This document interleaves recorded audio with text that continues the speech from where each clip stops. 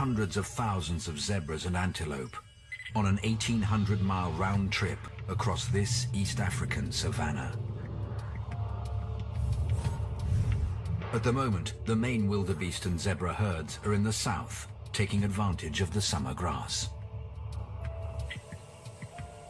Zulu Echo 5 and her companions didn't trek as far south, finding enough graze for their numbers here, about halfway up the migration route. As the rains push northward, all will follow, across two ferocious rivers, including the infamous Mara, which will run with blood. There is neither start nor finish to this endless cycle. For each animal, the only beginning is birth, and the only ending, death.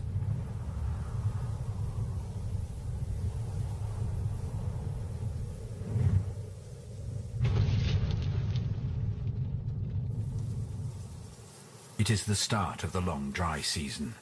The main army of 1.5 million wildebeest is many miles to the south, but the south is drying up. The rains are moving to the north. The zebras can't stay here. The Black Army is on the move, chasing the rains north to the promise of water and new grazing. As one, they start moving north, just as the Black Army moves up behind them.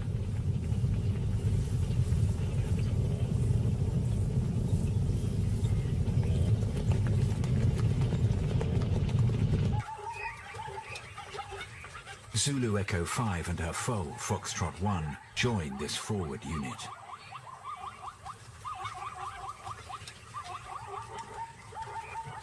The northern lands are now the place to be. There is water, food, and for the little foe, mother's milk. She will need plenty of green grass to keep it flowing. They must move or die. It's going to be quite a journey. Battles will wage. Mercenary predators will attack. Ambushes lie ahead.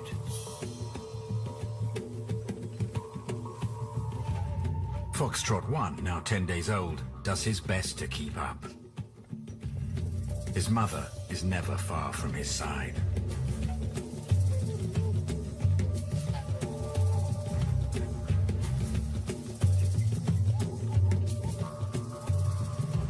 Finally, they arrive at the Talek River, a tributary of the Mara.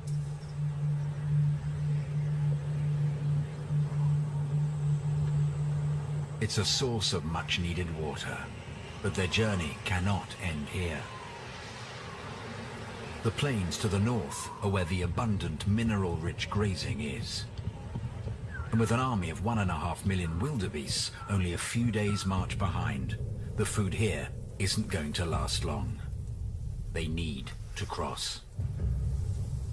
But first, they must drink. A lazy pod of hippos owns this section of river, but these vegetarians are the least of the zebra's problems.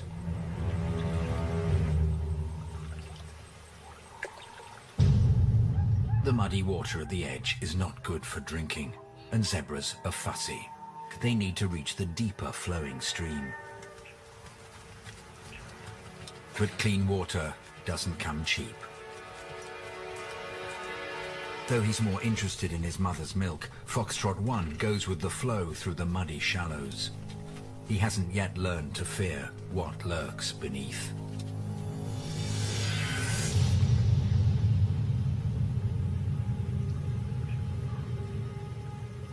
The crocodiles here in the Talek are not as large as the monsters of the Mara, but they're large enough to bring down an adult zebra. The zebra's body language is clear. They're anxious as they enter the water. But they take courage from their numbers. They stand their ground and drink. Is it recklessness, a calculated risk, or just plain desperation?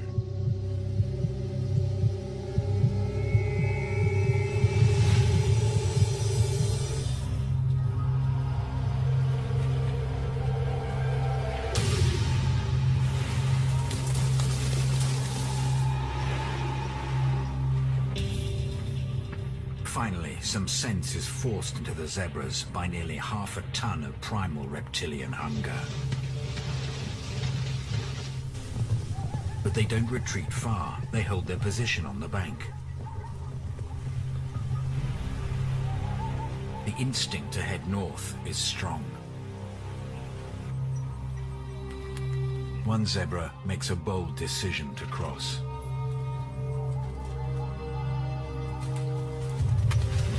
Fear holds the others back. Without her herd, she's made herself a prime target. Many of these crocodiles haven't eaten in months.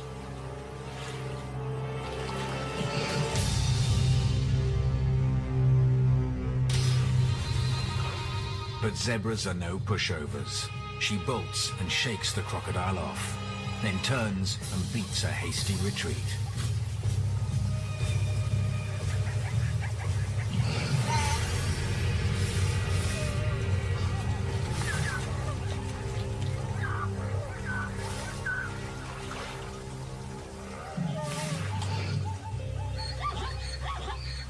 Zulu Echo 5 calls out, but ultimately, all the herd can do is watch.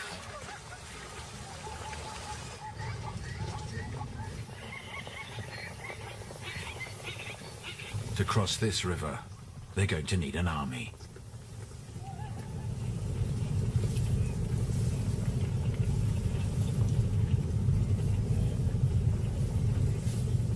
Wildebeests don't march in one single herd. Groups range in size from hundreds to hundreds of thousands, spread across a broad front. And right now, thousands are just minutes away from the zebras, waiting to cross the Talek.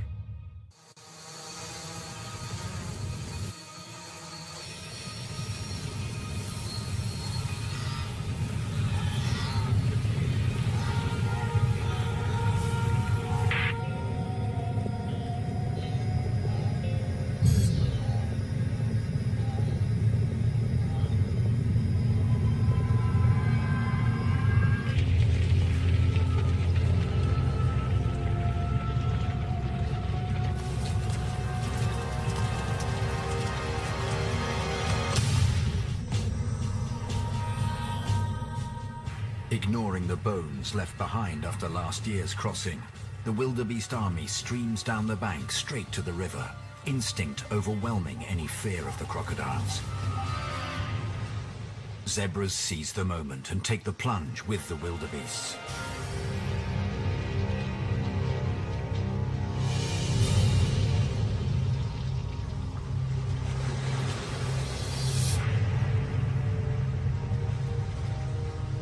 But Zulu Echo 5 and Foxtrot 1 hang back. The crocodiles who guard this passage are hungry. The front lines will have the heaviest casualties. Although some crocodiles are caught sleeping, they are soon woken by the chaos, and they join the attack. The crocodiles move in from all sides. The wildebeests and zebras head for the opposite bank as fast as they can. Zebras are stronger swimmers than wildebeests, sometimes even outpacing the crocodiles. But some pay the ultimate price. Zulu Echo 5 has chosen to be one of the last in the water. With the crocodiles preoccupied, it's time to see whether her strategy works. Foxtrot 1 follows close behind.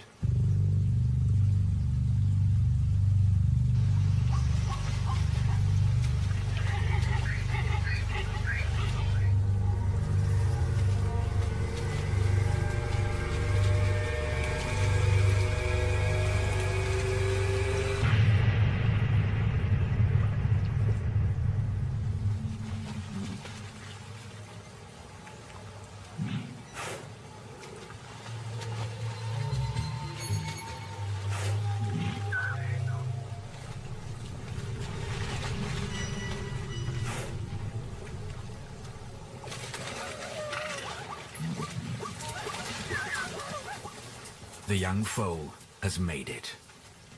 But just because he's out of the water doesn't mean he's out of trouble. Hundreds of years of annual floods have carved steep banks into the sides of the Talek River. The zebras are trapped. It's a high-stress situation. Adults bite and kick to maintain personal space. And with nowhere to go, little Foxtrot 1 can't back away. He's received a painful lesson. And he's lucky. That kick could have broken his leg, or worse. And that would have provided the crocodiles below with a free meal. With his mother back by his side, they search for an exit.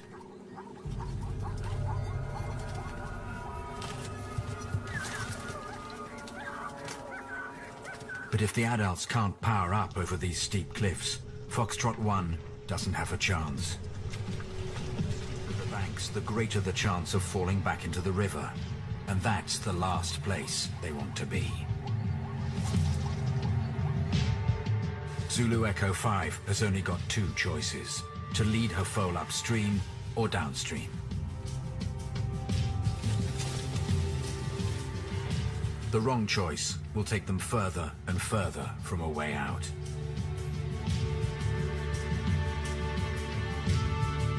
They get lucky. Zulu Echo 5 and Foxtrot 1 have reached the northern plains. They're across the first obstacle. But the Mara River several days ahead will make crossing the Talek look like a walk in the park. Before they can even attempt it, there's still miles of open plain to contend with. The wildebeest stream onto the northern plains, joined by herds of zebras. For days, wave after wave of the great herds cross the Talek, nearly 2 million animals in all. The rains have given life to these vast plains, a seemingly endless feast of long grass.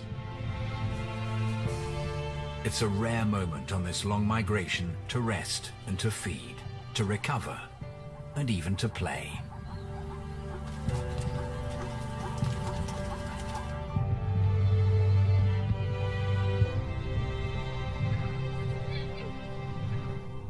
It seems idyllic, but consuming about 5,000 tons of grass a day, the herds can't stay in one place for too long. The tall grasslands will be transformed into dust bowls within weeks. So they follow the isolated rainstorms on these northern plains, crisscrossing the landscape as they chase each new flush of grass left in the storm's wake.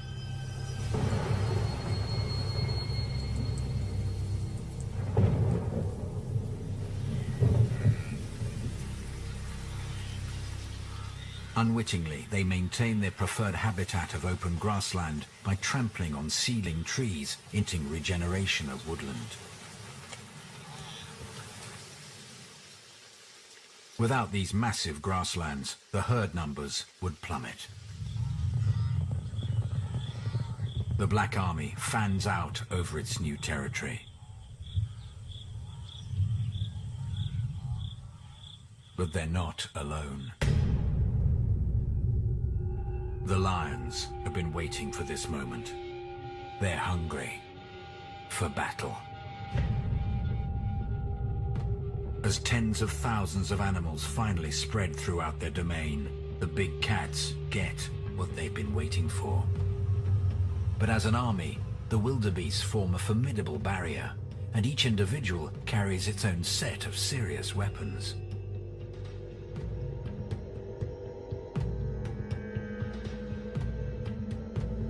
The young lionesses are looking for a weak spot. They see it, and this wildebeest immediately knows he's the target.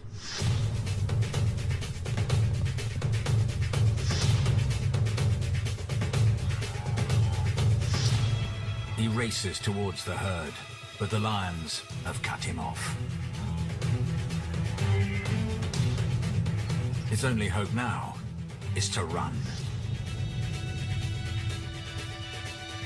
Lions are fast, but only over short distances.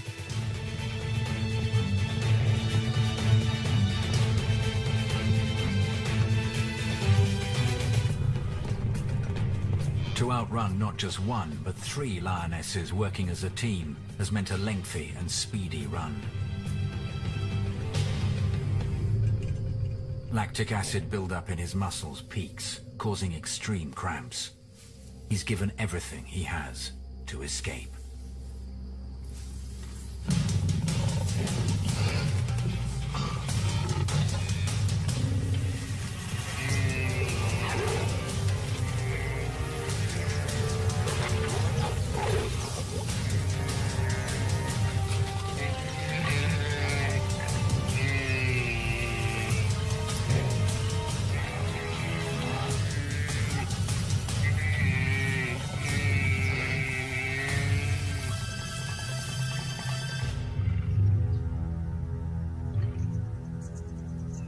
Thanks to the overwhelming bounty of wildebeest, Foxtrot 1 and Zulu Echo 5 are spared the lion threat.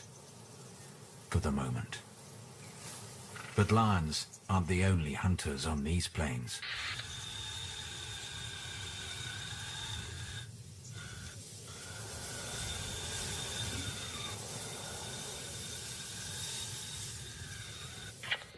Along with lions, spotted hyenas are the super predators of the savannah. These curious youngsters, about 4 months old, won't pose a threat for another year or so. But with the sun about to disappear, the adults of their clan have already headed out for the night. And nighttime is the time of the hyenas.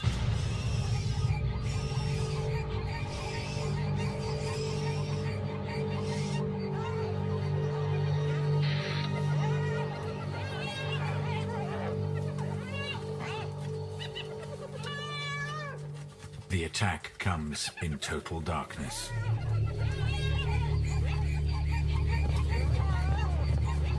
The hyenas target a zebra mega herd made up of several harems.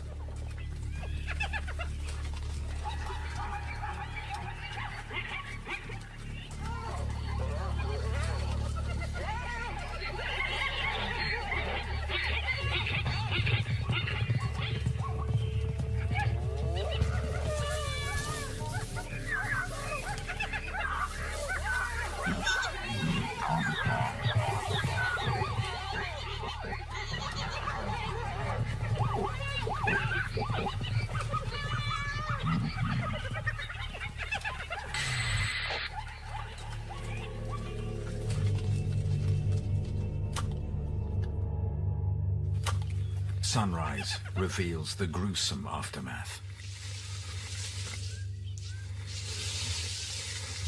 And everyone partakes.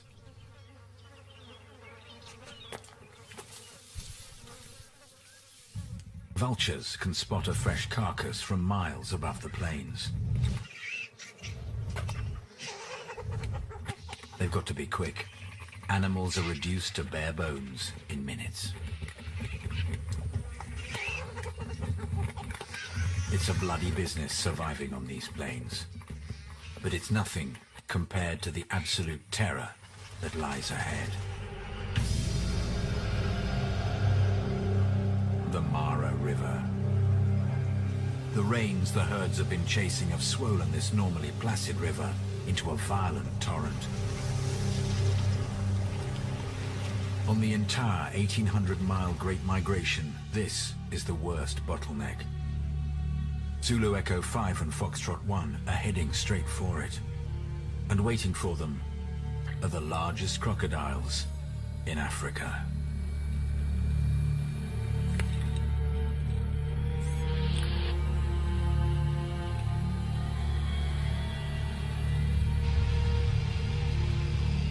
For months, these crocodiles have survived on little but scraps.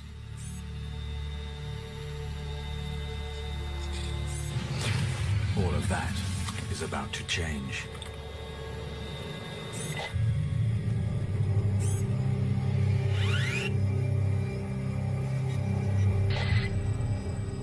The Black Army has been on the northern plains for 10 days. They've spread out far and wide, following isolated storms. Now the rain is drawing them north, straight towards the Mara River.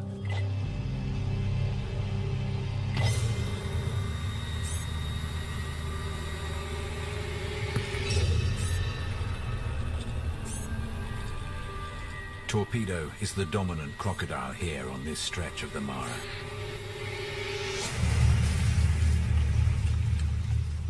The scar on his nose, evidence of a long and violent past. And it's no coincidence, his territory includes a major crossing point. A crossing point that is about to get some serious traffic.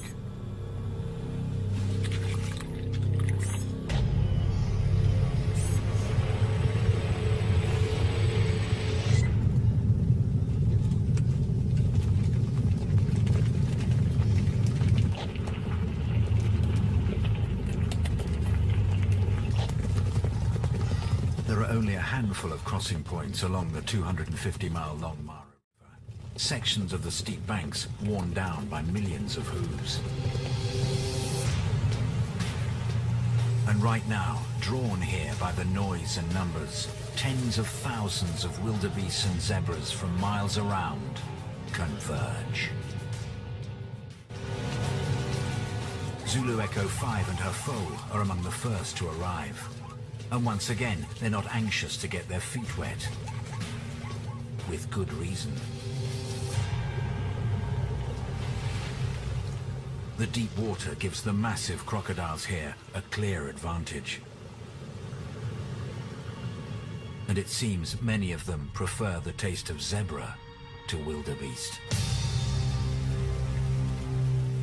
Torpedo, the largest of the group, is no exception. As zebra after zebra learns the hard way.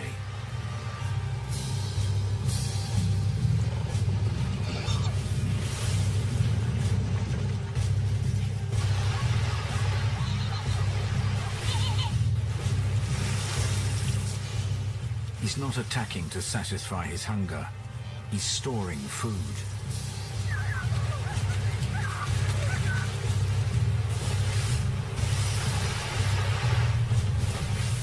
He stashes the dead bodies in the murky depths of the riverbanks, saving them for later, and immediately returns for more.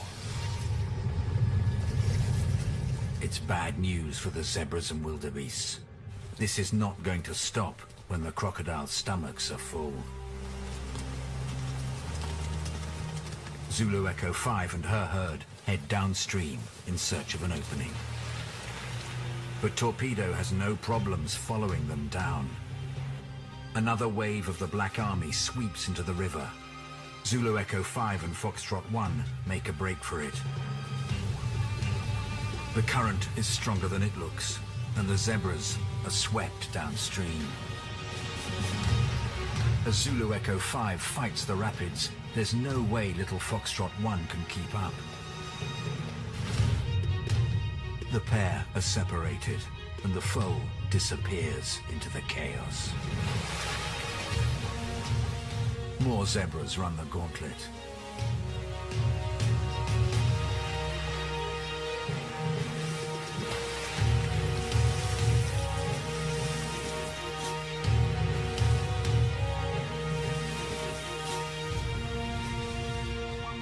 On the far side of the river, Foxtrot 1 is fighting a losing battle with the current. More zebras are washed downstream, and the foal follows them back across the river towards the side he started on, looking for his mother.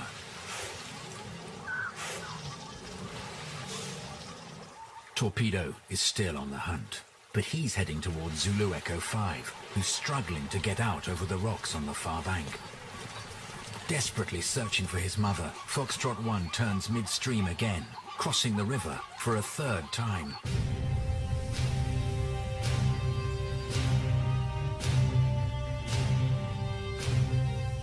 Amazingly, Foxtrot 1 makes it to the far side again.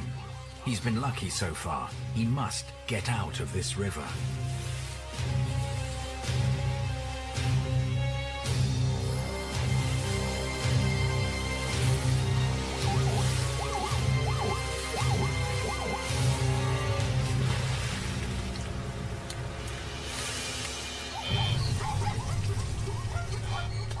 half the size of the adults, he has half the reach, less than half the strength, and he's already exhausted from his swim.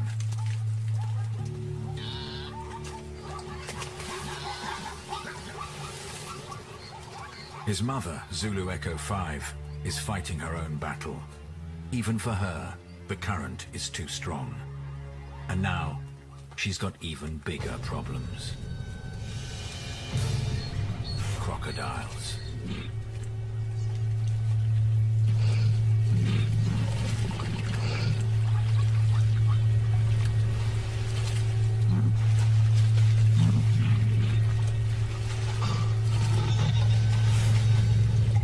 Just 200 yards downriver, Foxtrot 1 is only a leap away from safety. But for his little legs, the plains are just out of reach. Surrounded by crocodiles, his mother rests. She prepares herself for a final push. It's do or die.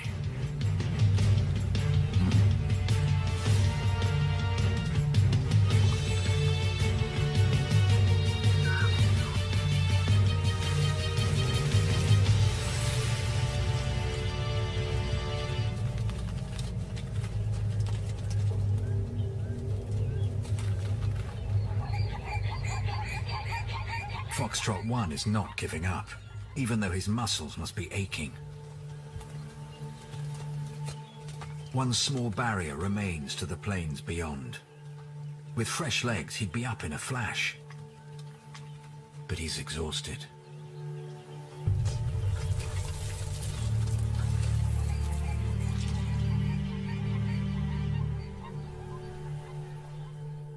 Zulu Echo 5 doesn't join the herd on the plains.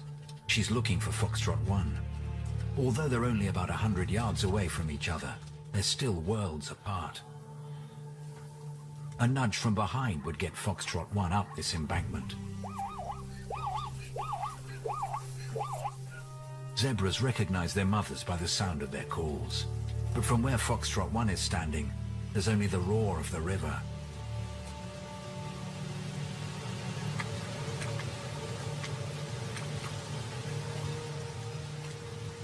Zulu Echo 5 makes a dramatic decision. Going against the traffic, she plunges back into the crocodile-infested Mara River. Perhaps she thinks Foxtrot 1 is on the other side.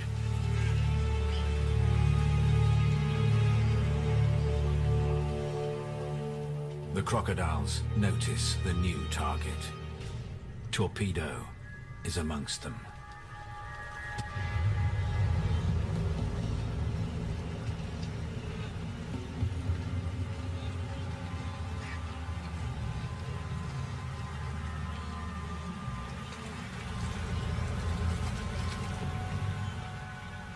But they're just too far downstream, and the mother zebra makes it to the shallows.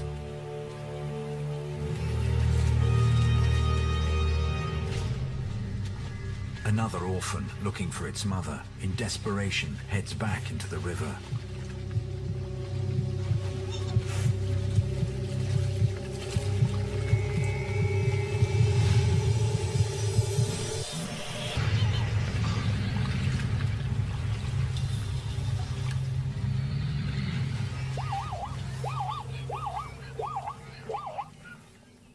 Zulu Echo 5 heads back onto the southern plains to look for her son.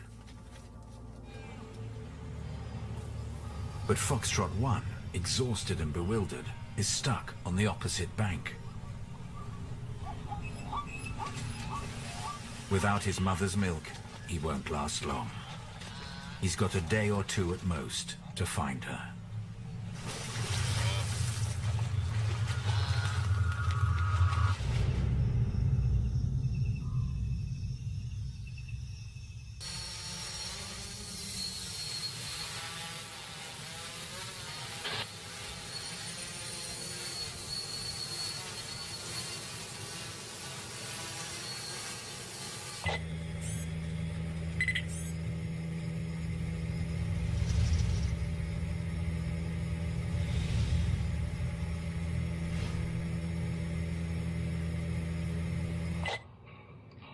1.5 miles to the north of the aerial search, just on the other side of the Mara River. It's been 32 hours since Foxtrot 1 has seen his mother.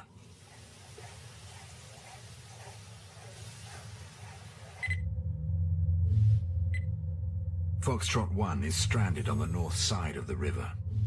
Zulu Echo 5 is still missing on the plains to the south. Control, we've got something here.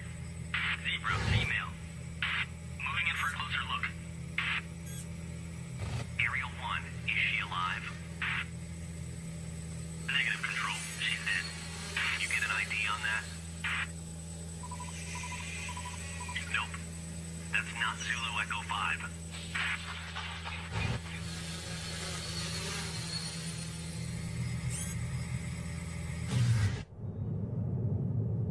Foxtrot 1 is jolted awake.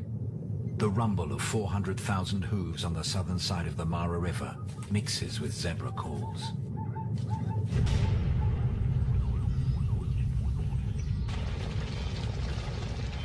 The largest part of the migration is approaching, and the foal follows the noise, listening in vain for his mother's call.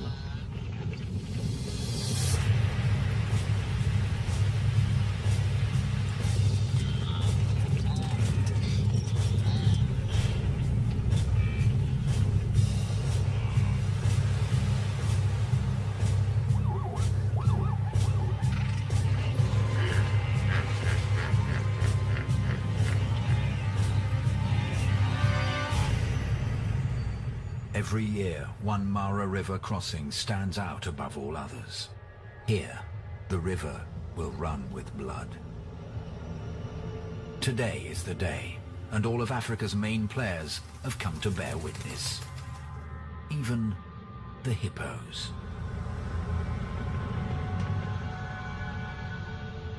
They've kept a low profile during these crossings, but not today.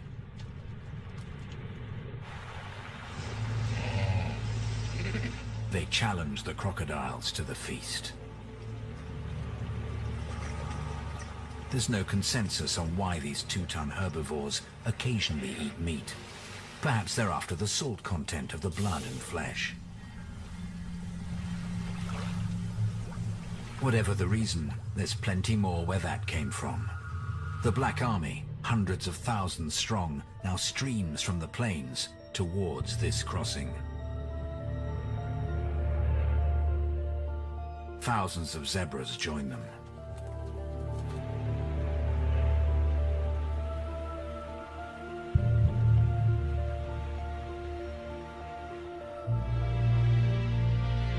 One of them is Zulu Echo 5.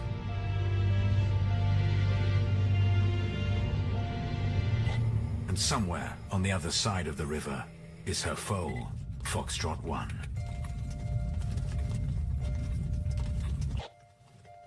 Both have been drawn here by the cacophony of calls. This is going to be the biggest, most brutal crossing this year.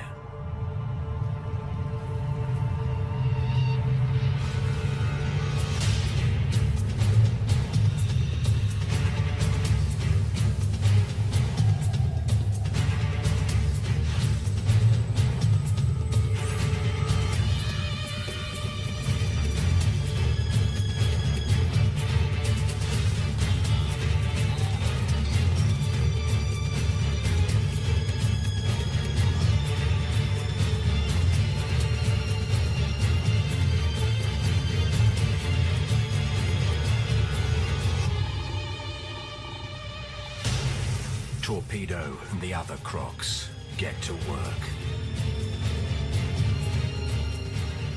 The volume of animals pouring into the river is too much. Disaster is inevitable.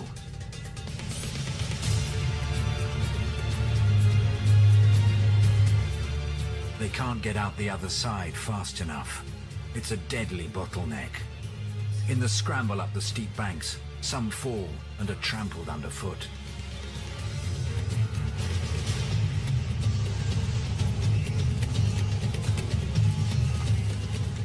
More bodies pile up as animals lose their footing. Not on the steep banks this time, but on the pile of dead and dying bodies.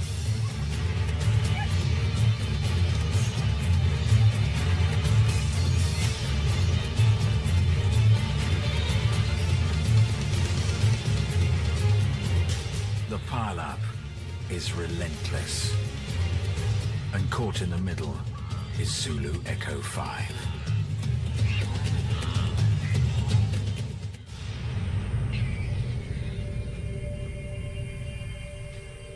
Scavengers waste no time taking advantage of the bloodbath at the Mara River.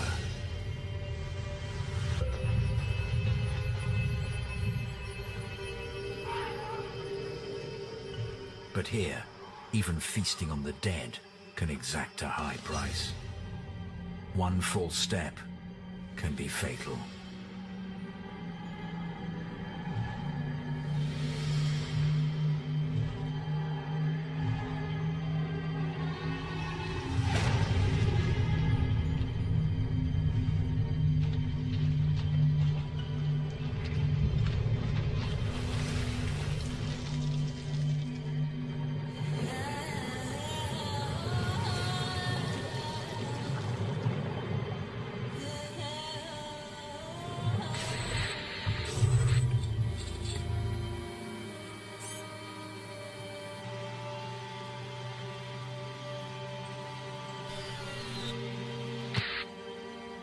Amidst the dead bodies, a striped figure is moving, struggling to get to its feet.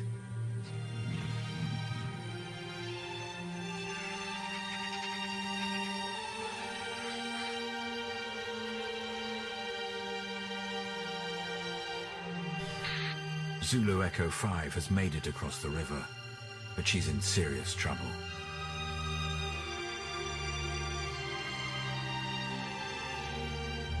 For the first time in 2 days, Foxtrot 1 finally catches sight of his mother, struggling on the bank below. If she dies, his death would quickly follow.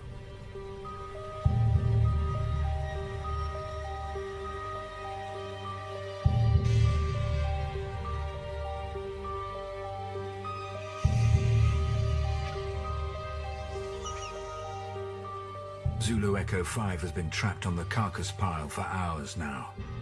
But something inside her refuses to give up.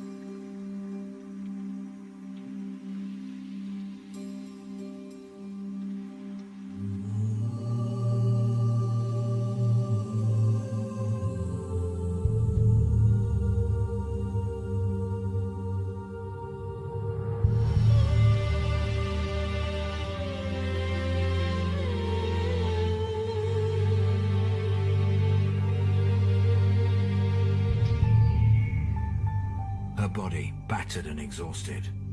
Her only hope for survival is if Torpedo and the other crocodiles have finally had their fill. And it seems, this time, they have.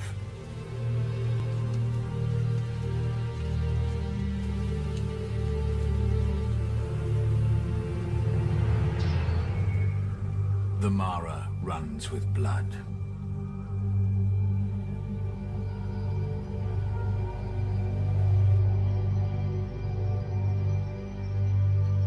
But one zebra is not quite ready to leave yet. Zulu Echo 5 calls, knowing her foe will respond if he's nearby.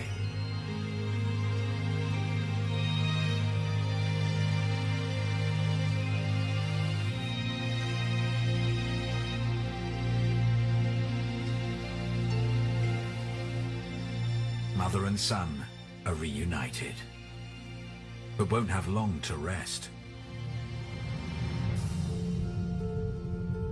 When the rains return to the south, The great herds will once again be forced to follow and replenish their numbers. The migration will come full circle. For the mother zebra and her son, Zulu Echo 5 and Foxtrot 1, this is just the beginning. Some relationships break the rules. Territorial and terrifyingly strong, lions don't usually accept people into their pride. Ever get the feeling you've been surrounded by lions? I get it every day. Kevin Richardson seems to have a dream job, looking after lions and other animals that have come to accept him as one of the pride. But there's feuding and fighting when new arrivals send fur flying, and a deadly battle for dominance in another family leaves an orphan on his own. As the park that's become a refuge for the most vulnerable faces financial ruin. I would hate nothing more than to see this place go and the animals in it. It's my life and soul.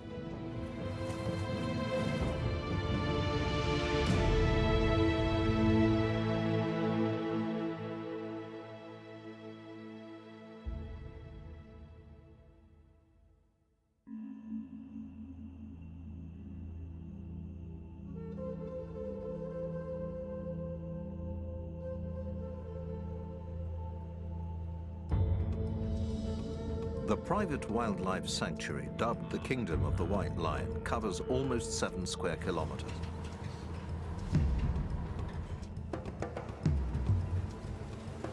It's home to leopards,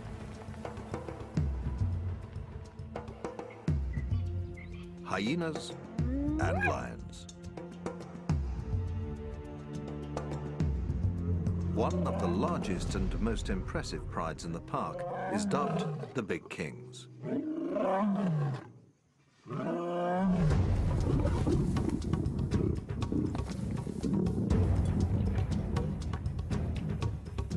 The family is headed by 4 males, 2 tawny lions, Rafiki and Siam, and 2 white lions, Alex and Kaiser.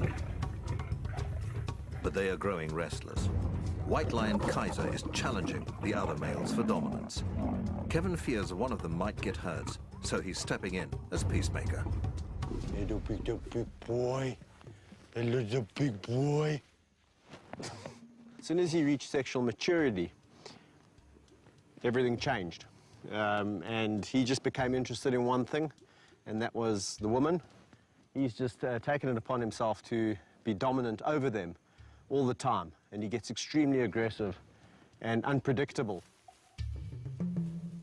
And this results in extreme fighting between him and the other lions in this group. One lioness in particular is the object of Kaiser's affection. Already battling to pay the bills, Kevin can't afford any new cubs to house and feed. Females are given contraceptive implants.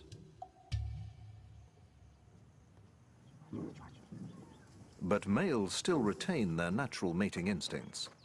Unable to satisfy these natural urges can make them tense and frustrated.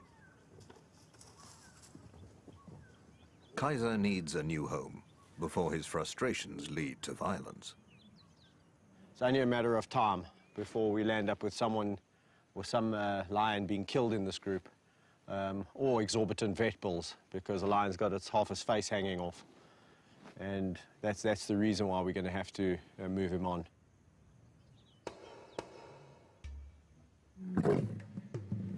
All of Kevin's 38 lions have been bred in captivity.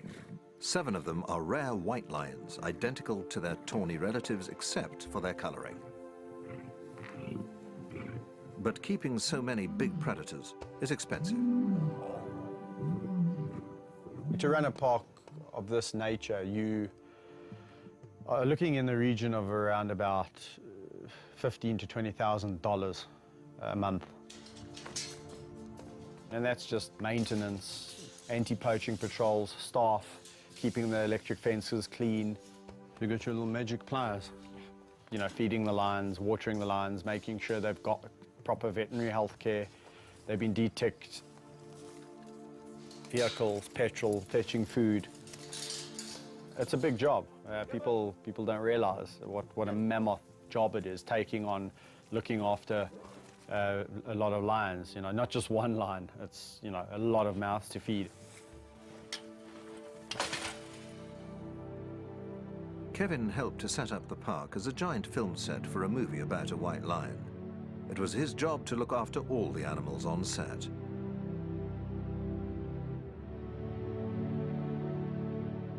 Once the film crew packed up and left, the lions stayed, joined by other cats and animals from another reserve, creating a new park, the Kingdom of the White Lion. It's hoped that profits from the film will pay to establish the park.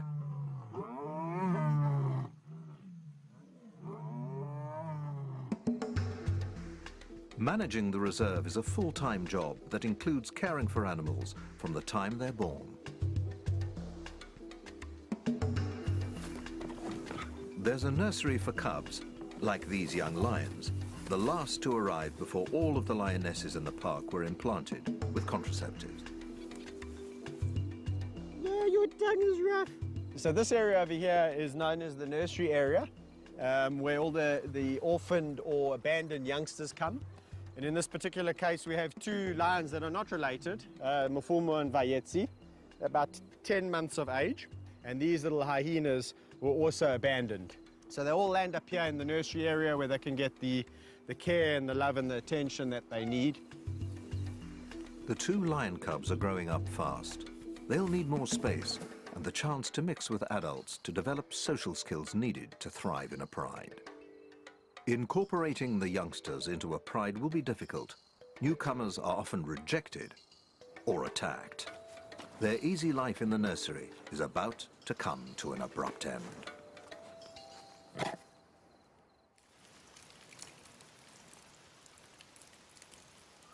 Such care costs money, around £12,000 a month. Kevin and his backers need the White Lion film that was shot here to make money.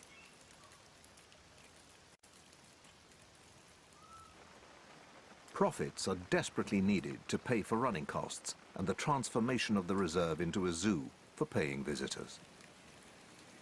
If the cash they need doesn't start to flow in, the park and its inhabitants face an uncertain future.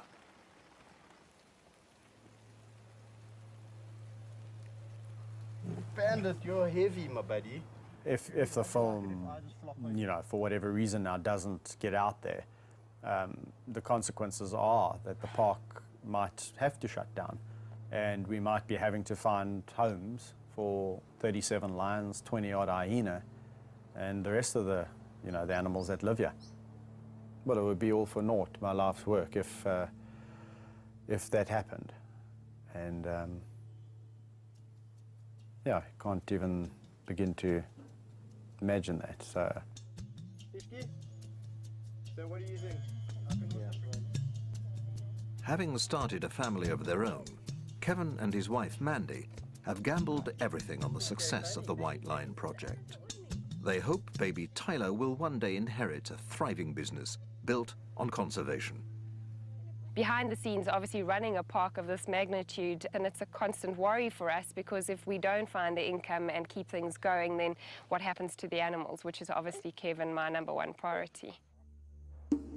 On top of financial worries, managing big cats in confined spaces is a full-time job. In the wild, there's plenty of space to roam, but in an enclosure, family feuds can erupt into deadly fights. That ear's ringing. In one pride, 3 young lions are approaching the age when, in the wild, they would leave to form a pride of their own.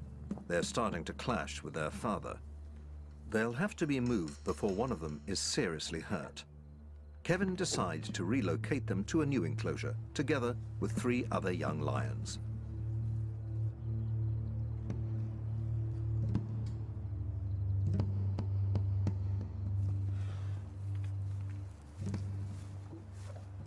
Having hand-raised and spent intimate time with all of his big cats, Kevin has a good insight into which of them should get along together. But in this case, there's an added complication. I'll tickle you to death. I'm gonna tickle you A hyena that thinks it's a lion. Spunny, the hyena, has grown up with 3 of the young lions from the time he was born.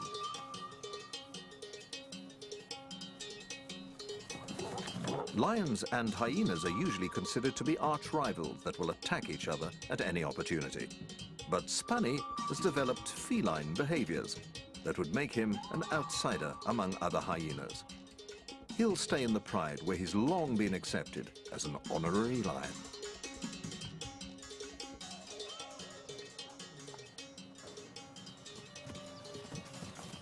With the lions, actually, he lives a pretty cool life. He's one of the pride. They live a very lazy life. They're both very social animals. Best of mates, in fact. Let's go. In you But go. 3 newcomers are joining the gang. It remains to be seen how they'll interact with a pride member that looks suspiciously like a hyena. We're going to release them today, see how it goes today, especially with Spunnies, the hyena. And depending how it goes by 2 o'clock, 2 o'clock's the feeding time. If it's all going well, we'll feed them together. If we suspect that it's a little bit awkward and things aren't going so well, then we'll maybe remove them and take them back.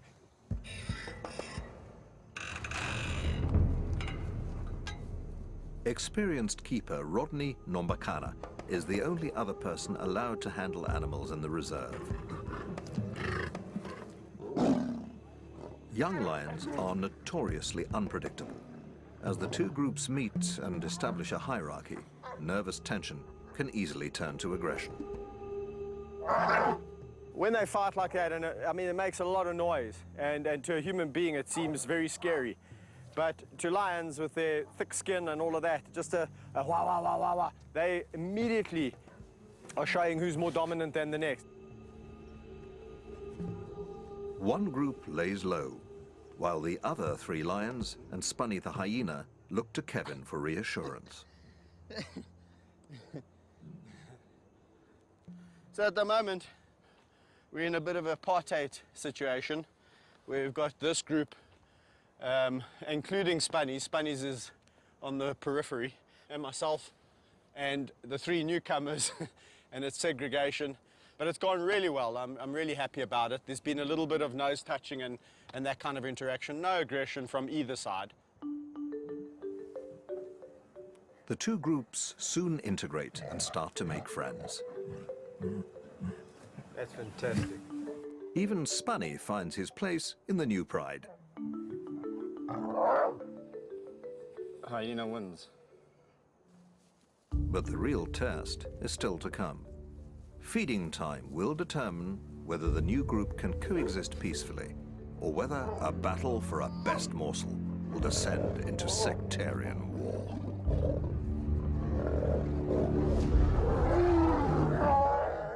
Rivalries between male lions over pack dominance rage across the plains. But only one can be crowned the king. Lion Ganglands, tonight at 8 on Nat Geo Wild.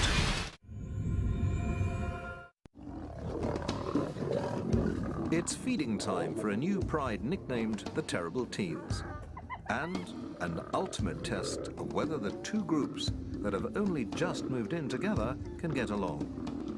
Initially, they realize there's enough to go around.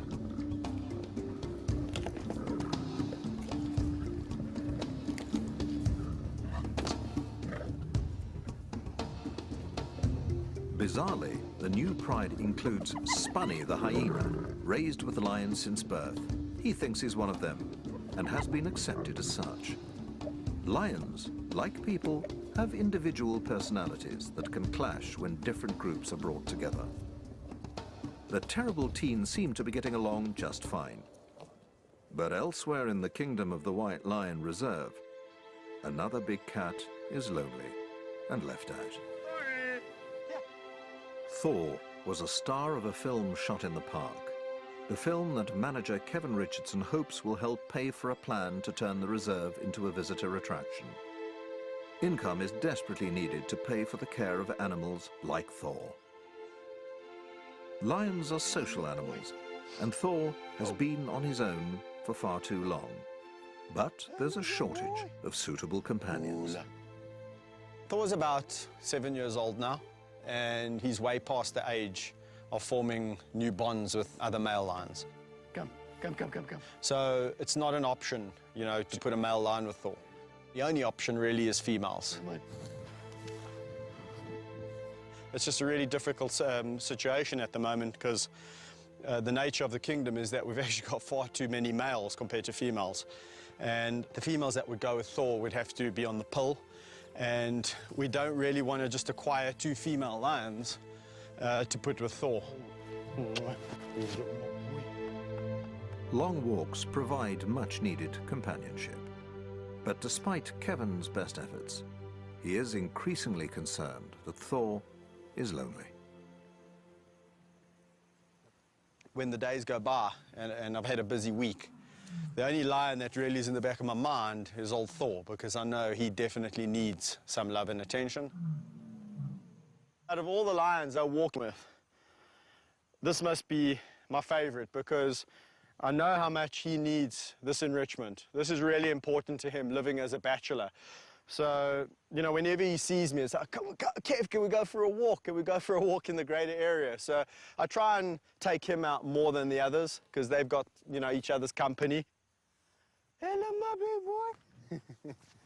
What you been doing? Hey, you having fun? Despite their close friendship, Kevin realizes that the lonely bachelor needs the company of his own kind. They need to be robust females, strong enough to hold their own against the big male. Only 2 lionesses fit the bill.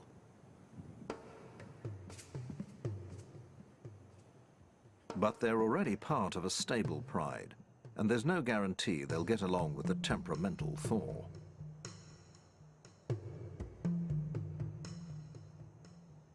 Before introducing them to the lonely bachelor, Kevin will ensure the females are fitted with contraceptive implants. He can't afford any more cubs to feed. There's a big crew of people, and everyone's excited, and they just want to get excited. He's counting on the coming feature film to bring in some much-needed income. But publicity shots are interrupted by yet another creature crisis, this time in the hyena den.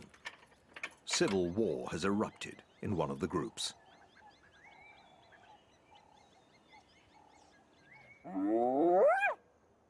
Hyenas live in matriarchal clans, ruled by females.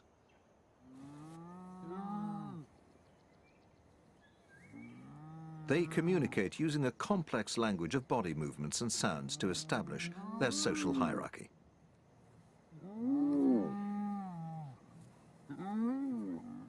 Males are lowest in the social rank.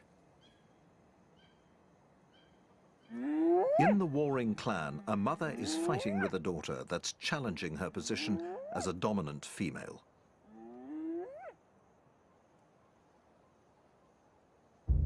Hey, what's up with you guys? Eh?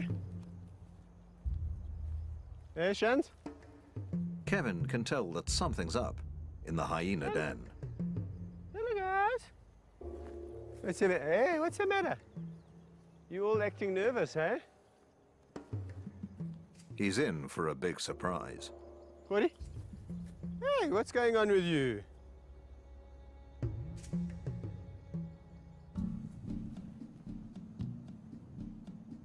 The dominant mother of the hyena clan is nowhere to be seen. Where's Gina? She in the den? She's usually first to the fence to greet Kevin, but not today. We're all acting very strange. I guarantee you something's up. Eh? Given the battle brewing between mother and daughter, he investigates the den. And there's a big surprise in store. What? She's got some cubs. There's 3. She's got 3. This is very, very unusual. Hey, my girl. This is the first time she's had 3. I feel like a little kid on Christmas. present. This is amazing because she's actually very calm. Gina's a very protective mother. In fact, ferociously so. You could imagine she will protect these cubs at all costs.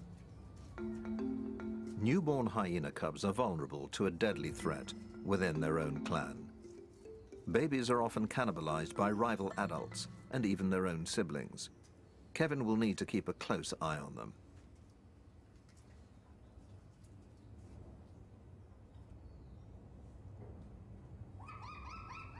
Their mother is also alert to any potential threat. Hello, boy. Sure. Yeah, Mommy doesn't want me to come too close. Nice, nice, nice, nice, nice. Sure. That's nice. That's nice. Mom and Dad. Turned out to be an awesome day. For Kevin, one of the biggest rewards is watching young animals mature into adults.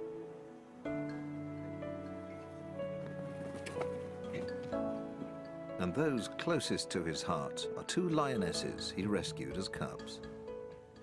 Well, over here we have Meg and Amy, probably two lionesses that I'll never have a better relationship with. Our love affair started pretty much 8 years ago when Mom abandoned them. Oh, really?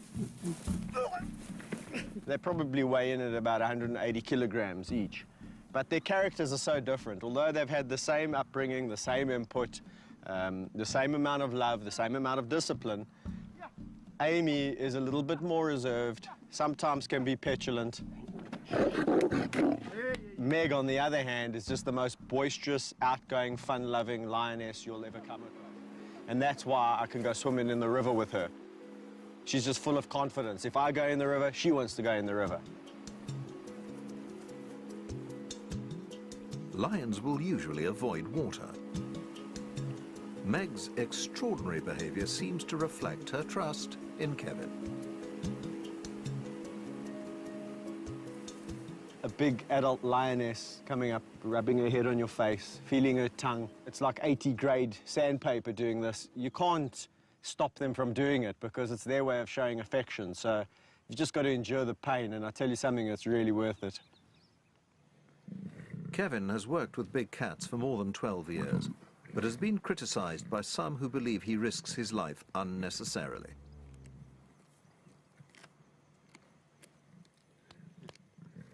Yeah, I get criticized all the time for the way I interact with the lions. You know, a lot of people say, do you really need to interact with them that intensely?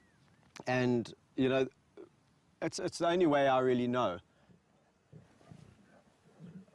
But Kevin believes his intimate approach to big cats from the time they're cubs is key to his success.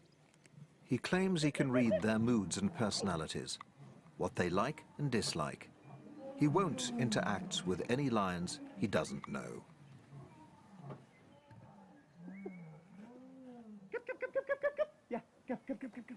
Amy.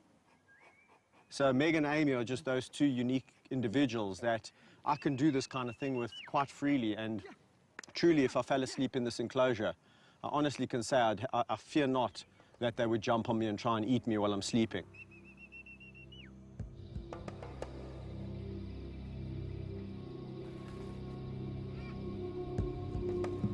It's something he wouldn't dare to attempt with wild lions, assuming he could find any in the first place.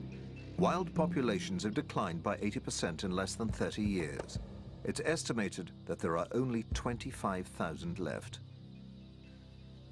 White lions are the rarest of all and can only be found in a small region of South Africa.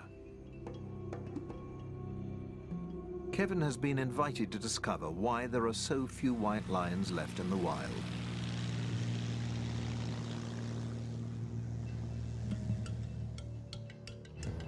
He is flying to the Timbavati Nature Reserve, part of the Greater Kruger National Park, a vast wilderness area covering more than 23,000 square kilometers. Only 11 white lion births have been recorded in the last 5 years, and of those, only 3 are thought to have survived.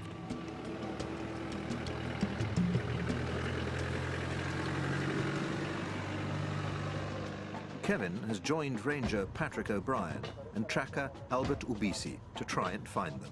If they succeed, it'll be the first time Kevin has seen a white lion in the wild.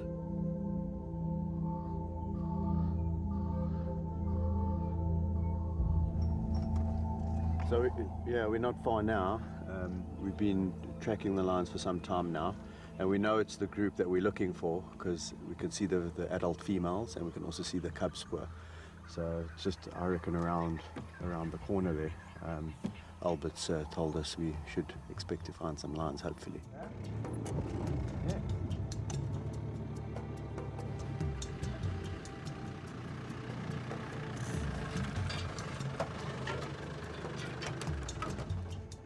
Sure enough, Kevin is rewarded with his first sighting of the rarest lions in the world.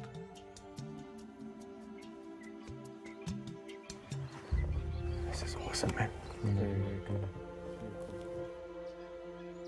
White lions display a rare recessive gene that inhibits the production of color in their fur. But they are not albinos. Their paw pads and lips are pigmented, and often their eyes are bluish instead of the usual golden brown.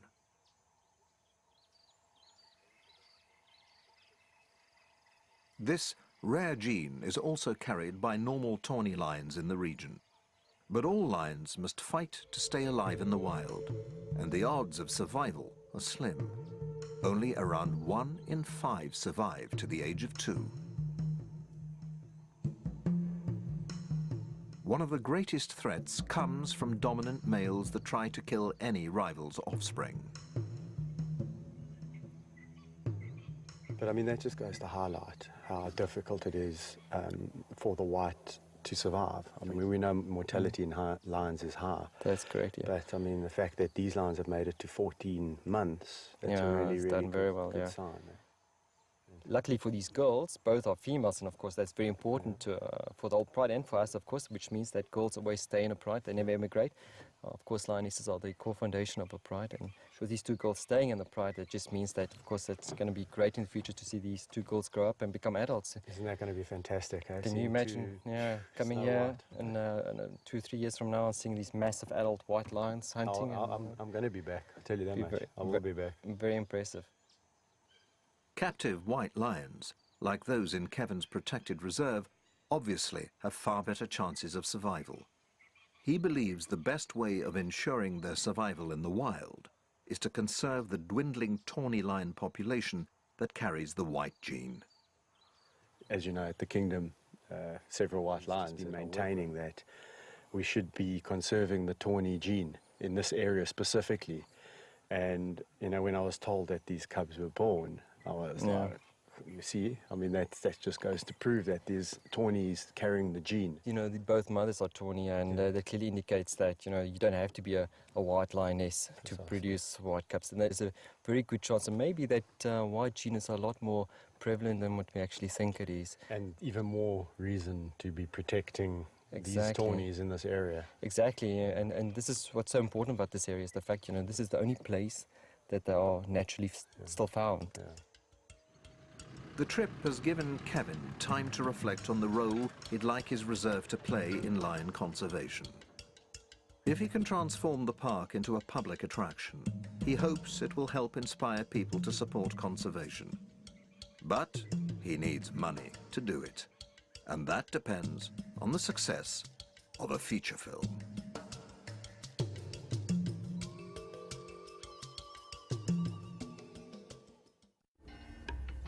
The future of the majestic animals in the kingdom of the White Lion Reserve depends on the success of a feature film starring its feline residents. Manager Kevin Richardson thinks nothing of play fighting with a quarter-ton lion. But public speaking is another matter, and he has to face the cameras to promote the film that's vital to the future of his beloved animals. Well, it's tricky because when you're working with animals that can eat you, you've got to be... 4 years in the making, it's hoped the film will make a profit that can be used to transform the park into an attraction for paying visitors. I'm not joking. I mean, the film took 4 years to make. And believe you me, when a lion doesn't want to do something, he doesn't. And you better listen to him. You better listen to him.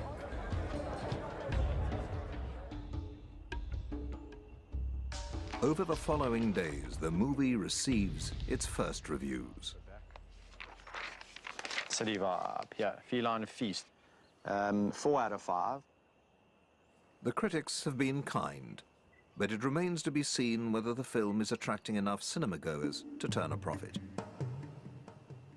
It costs money to look after big cats like Kaiser, a white lion that's outgrowing his enclosure and ganging up on the fellow members of his pride.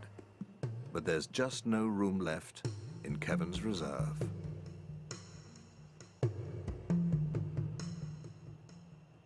A lion like Kaiser, obviously, we'd like to find him a really good home. So you've got to go into, you know, the details of who's this person, how long have they been involved with lions, do they have the right documentation, what's the facility like, what's his enclosure going to be like, because he's really been used to a great life. It could take months to find Kaiser a good home. Unscrupulous overbreeding of lions in South African parks and zoos means there are already too many big cats looking for homes. Some end up in so-called canned hunts, in which they are released to be pursued and shot by trophy hunters. Kevin simply won't allow that to happen to one of his cats.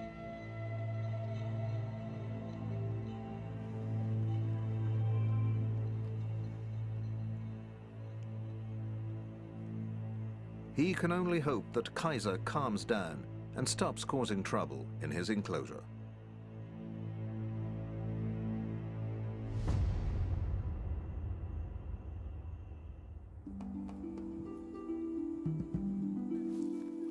In the nursery, 2 cubs that have grown up together are fast approaching adolescence.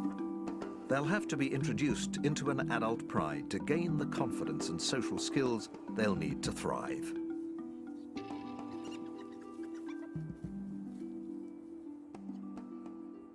I'm a firm believer in cradle to grave, and for every animal that you hand raise, you really are responsible for his destiny. So if an animal has been taken away for whatever the reason, it's a lifetime commitment, and you've got to really figure out what's going to happen with that animal when it gets older. Ja, boys. Come for me. Come, boys. The cubs have a big week ahead of them. Let's go. Come. Come. Let's go. Come. Good boys. The plan is to gradually introduce the cubs to the adult members of their new pride, the so-called terrible teens. If the cubs were suddenly dumped into the deep end, fighting and serious injuries could result as the adults follow natural instincts. To show the cubs who's boss.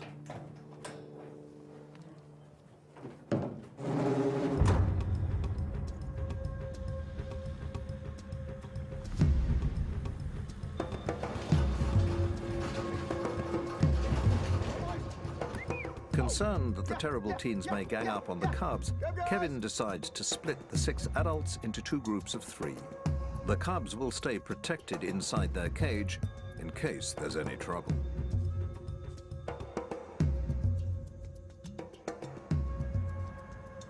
I'm a little bit apprehensive because these 3 are notoriously aggressive, especially when it comes to lions, other lions that they don't know. But they, you know, they speak a different language to us, so maybe they'll know something that we don't. Maybe Mafuma Mvayetsi, being smaller and younger, will just submit. If that happens, it's fantastic. If it doesn't, we'll have to conjure up another plan. Hello, boys. Oh, hello, boys. Oh, look. Come look. Nicely. Who's that? Look, they've been so nice and friendly. Despite Kevin's initial anxiety, the mood seems relatively relaxed. This is much, much better than I expected. This is phenomenal. There was like almost some form of, you know, acknowledgement that we know we are a little bit weaker than you guys, you 3, we 2, we younger. So it was really, really good. Some new friends. Oh, it is so tempting to release Mafuma Mvayetsi with this group because it's gone so well. But in all the years of experience, I've realized one thing: overconfidence is a bad thing.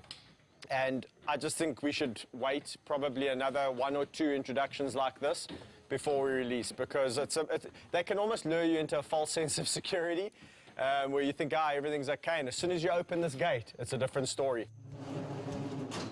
Next, Kevin introduces the youngsters to the more unpredictable half of the terrible teen's pride. Unbelievable. Bandit. They're the oldest and most unruly trio of the group. Quickly surrounding the van, they seem to sense the new arrivals inside. Once again, the cubs are kept in the cage for their own safety. It's not the terrible teens, but one of the cubs that gets aggressive, albeit from behind the safety of a cage. Come on, be nice. Be nice. Vayetzi, why you being a naughty boy? Don't be a naughty boy. Oh, whoa, whoa, whoa, whoa. Eh? That was really incredible interaction. It went exactly opposite to how I thought. I thought the youngsters would be a lot more submissive and roll on their backs, and that these guys would show some aggression and show some authority. It was exactly the opposite. The youngsters came at them full of aggression, and these guys were completely passive.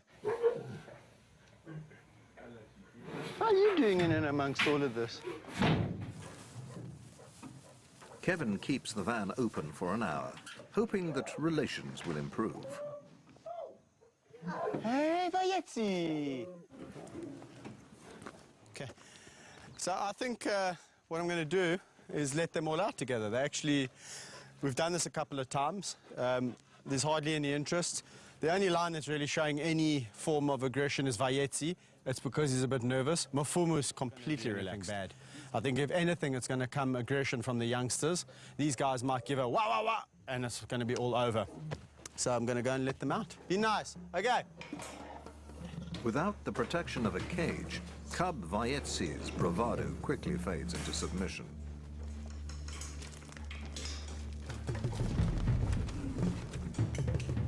The terrible teens immediately gang up on the youngster, and Kevin has no choice but to break up the fight with pepper spray. Stop, stop, stop, stop, stop, stop.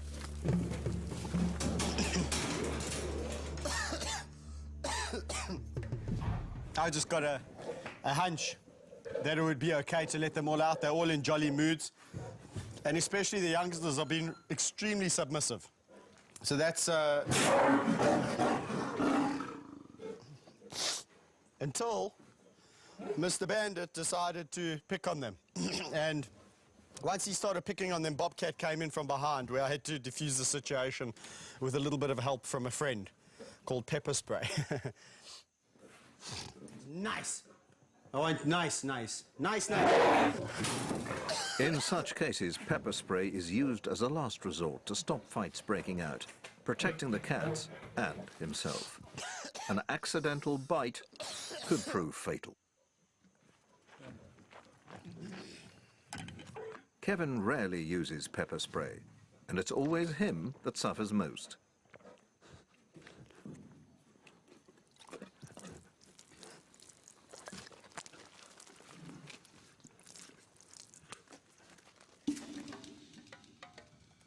The terrible teens have lived up to their reputation. Introducing them to the cubs hasn't worked as well as he'd hoped.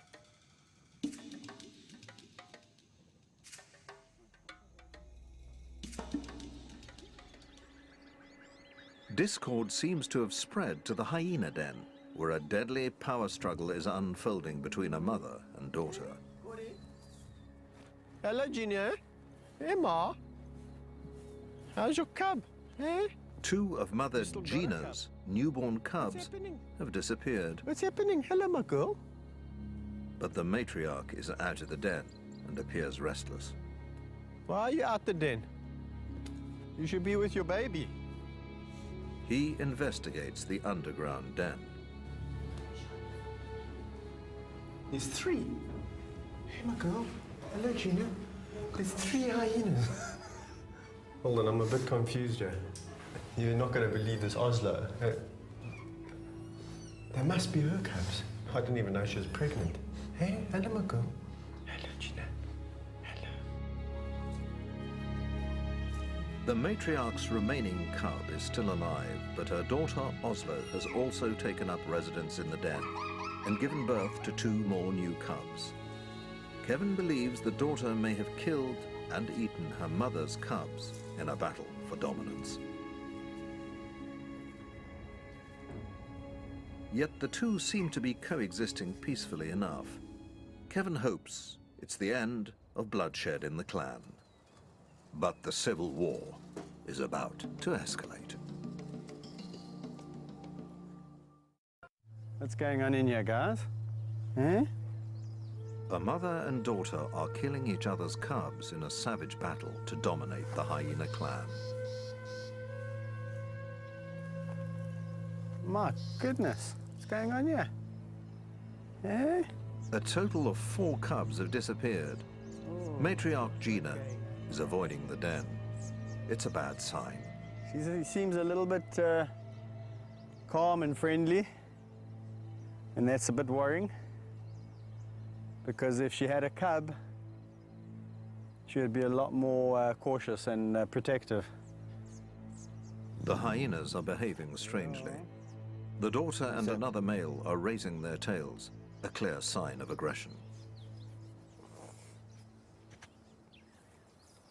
These guys are showing signs of a little bit too much aggression, and I think we should start hopping out of here, right? Kevin investigates the den that just days ago was alive with newborn cubs. Let's just see if I can entice him down here. This is crazy.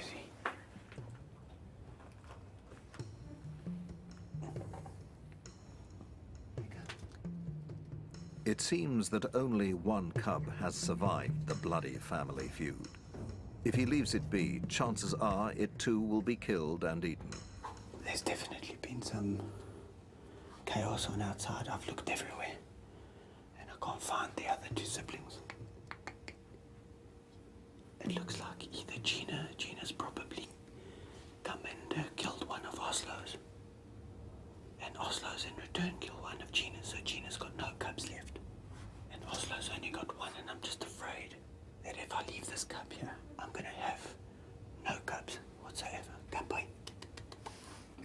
If the cub is to have any chance of survival, Kevin needs to remove it and bring it up himself.